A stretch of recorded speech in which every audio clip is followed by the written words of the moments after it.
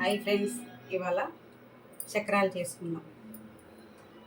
KG బియ్య పిండికి 1/2 KG శనగపిండి వేసుకోవాలి. వాము 1 స్పూన్, 1 స్పూన్ కారం, ఉప్పు సరిపడినంత బాగా కలుపుకోవాలి.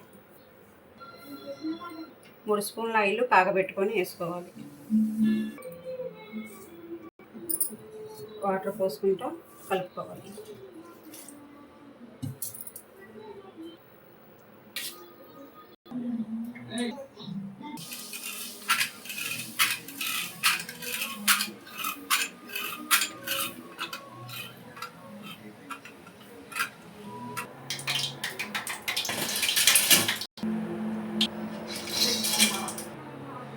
చక్రాలు రెడీ అయ్యాయి.